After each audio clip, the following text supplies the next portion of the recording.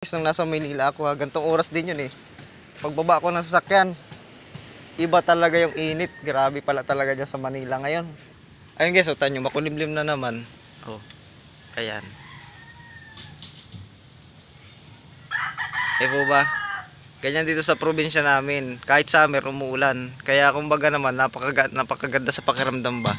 Kumbaga makakaramdam ka ng init, pero marirelax naman yung katawan mo. Kasi minsan lumalamig dito. Ayan po. Ayan guys, so katunayan na walang tagtuyot dito sa amin. Ayan o, puro green po ang puno namin dyan. Hanggang doon po yan o. Ayan. Imagine nyo guys, tabing dagat pa ito pero puro green yung aming... Ayan, what's up guys, good morning. Ayan. So dito tayo sa ating bahay kubo rito sa tabing dagat. Ito po yung malaki nating kubo. Ayun yung bago nating kubo, yung maliit. Ayan. So siya nga pala guys, yan, na-floringan ko na tong ating balloon. Tawagin dito sa amin ay bubon. Ayan. Kaya underwater po tayo dito. Kaya ako siya pinloringan guys. Ayan. Ayan, itong 3 araw na holiday. So nawalan ng tubig ang gripo dito sa amin. So sa madaling sabi, yung mga naliligo na maraming tao, so dito nagpuntahan sa balon natin. At yung iba naman sa poso ng mga kapitbahay natin. Ayan. Marami namang source ng tubig dito sa amin. Poso, balon at saka yung gripo. So nawalan yung gripo, ay karamihan dito ay di gripo ngayon. Ay dito nagtakbuhan ng paliligo. Ayan, dyan sila naliligo sa bandang kalapit dyan. So nawawash out po yung aking... Kumbaga nagkahukay dyan. So dami po nang naligo. Ayan, so libre lang naman yun yung natin nakiligo sila. Hindi na tayo nagpabayad kasi libre lang naman yung tubig ng balon natin. Ayan, so akin na lang siya pinuringan para pagka nagka-guest ako, kasi magkakabisita ulit ako dito sa kubo ko, so malinis na tingnan. Ayan, ayos din naman ano guys. Ayan. Saka pala guys, ang tindi ng init sa Kamaynilaan. At totoo yung nasa balita, talagang napakasakit sa balat. Kasi nagkaroon ako ng biyahe kahapon. Kaya tindi ng init, ang sakit sa balat. Paglabas ko ng sasakyan, matindi talaga. Kaya talagang ano dyan guys, yung heat stroke, talagang ingat-ingat po ano. Lagi kayong magdala ng tubig.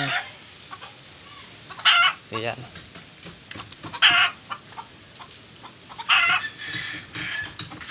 At syempre, dito nga pala sa amin guys, sa Quezon.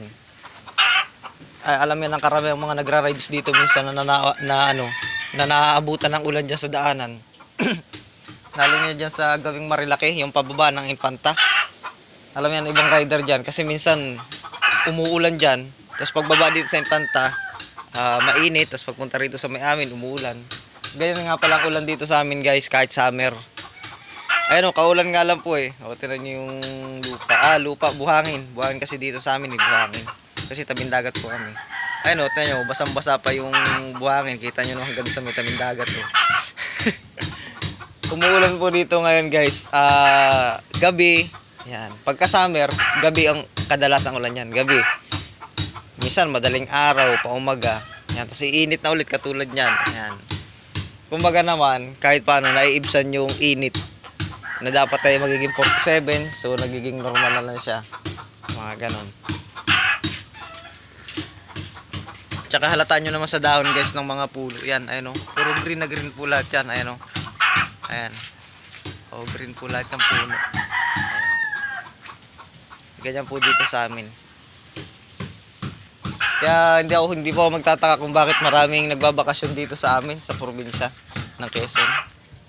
Yan. Siyempre may dagat po tayo dyan. Ayan.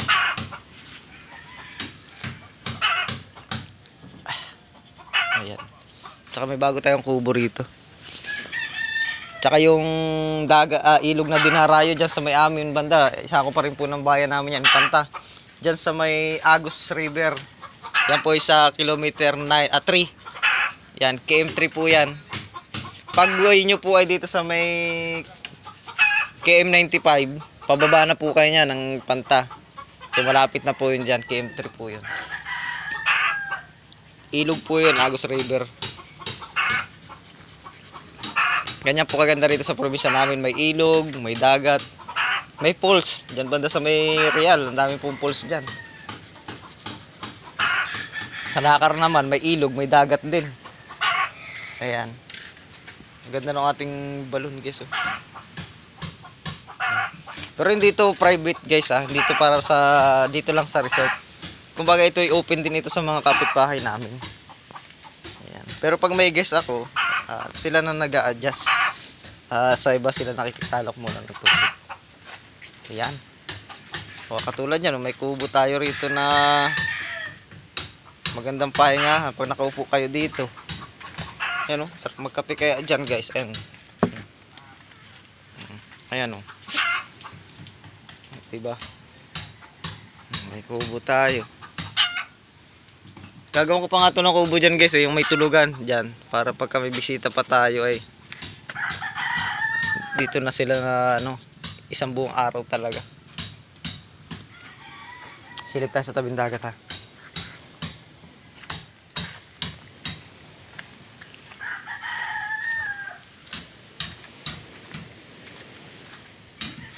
Ayan guys oh.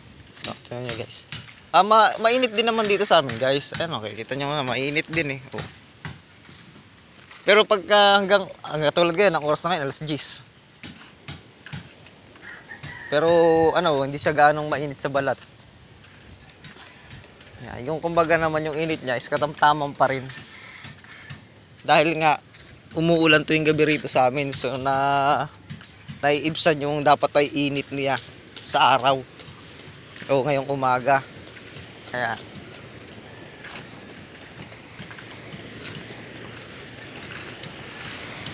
nailuso na pala yung bangka ng kaibigan natin. Ayan o. Nailusong na pala to. So hindi natin sa kaibigan natin yan guys. Yan yung nandiyan sa tapat to. So naibaba na pala yan. Yan o. So walang guys, naliligo ngayon na turista. Kasi may pasok pa eh. Yan, bubugso ang bisita niyan. Teka, ano ba ngayon? Medyo tong upload natin guys, medyo late ito na konti kasi may upload tayong nakaabang eh. Ngayon? Biyernes. So, Biyernes niyan, mamayang gabi ang dagsaan niyan ng bisita. Hanggang Sabado, tapos Linggo ng hapon, uwian yan. Yan, ganyan po kadalasan dito yung mga bisita sa amin sa probinsya. Ayan. Dito naman sa amin guys, napakaraming resort dito. Walang problema rito. Sana lang matimingan ng mga bisita natin na marami ring isda. Kasi kalalaot pa lang ng ating mga mangingisda ngayon eh. Ayan. Grabing init guys. Ayan o. So sarap sa likod. Ayan. Karamihan nga pala dito guys, ting umaga nagpapainit ng likod. Yung minsan yung mga may ubo, may sipon. Yan, ganyan po ang ginagawa nila dito. Pero pagka gantong alas 10 na, hindi na sila masyadong nagpapainit kasi medyo masakit-sakit na konti sa balat yan eh. Yung mga alas 6 hanggang alas 8, yan, masarap yan magpainit sa likod. Pero itong ganito alas 10 papunta sa tanghaling tapat, medyo yan. Medyo malanit-lanit sa balat yan. Pero hindi katulad kahapon guys nang nasa Maynila ako gantong oras din yun eh. Pagbaba ko ng sasakyan, iba talaga yung init. Grabe pala talaga dyan sa Manila ngayon. Kahapon, ang dala-dala ko dyan guys. Bali nakadalawang mineral ako na maliit eh. Nasa Manila ako kahapon. Naglakad ako sa parking no ng dito sa may kapupunta-punta ko, nalimutan ko na pati yung pinunta ko. Dito sa may UP, yan. Lakad-lakad lang ako dyan kahapon. Sa may QC. Yan.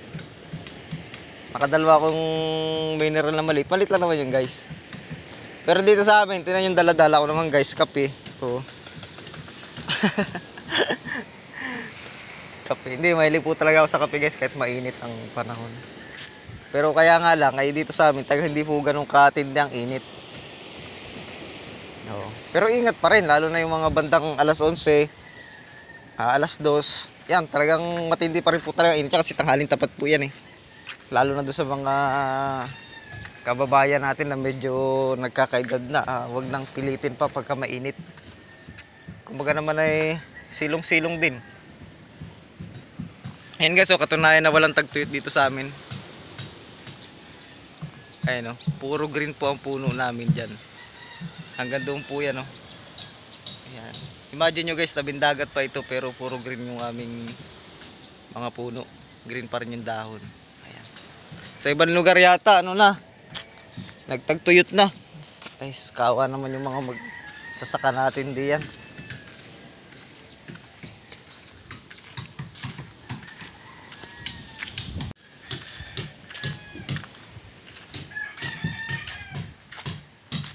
Ay. Ayan lang guys, so balikan tayo sa kubo. So warm na naman yung pakiramdam natin. Ayan. Kaya sa mga gustong bakasyon dito guys, lalo sa mga subscriber ko, pwede naman kayong pumasyal dito sa ating munting kubo guys. Ayan. Ayan yung ating munting kubo. So nire-repair ko pa nga yung itaas niya para matulugan. Kasi natutulugan lang talaga dyan yung ibaba. Yan, sa tubig wala namang problema, may lutuan naman tayo dun. Ayun o. Tapos may kubo pa tayo isa rito.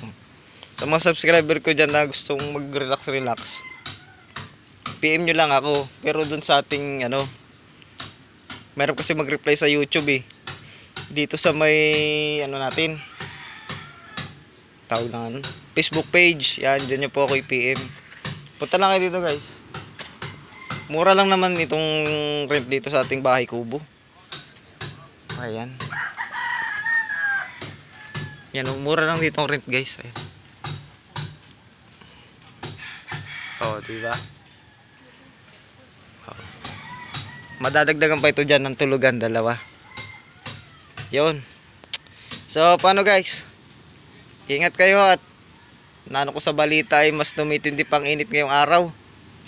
Talagang napakainit na talaga dyan sa Kamaynilaan. Ayun guys, utan nyo, makulimlim na naman. Oh, ayan. Eh po ba? Ganyan dito sa probinsya namin. Kahit summer, umuulan. Kaya kumbaga naman, napakaganda sa pakiramdam ba. Kumbaga makakaramdam ka ng init pero marirelax naman yung katawan mo. Kasi minsan lumalamig dito.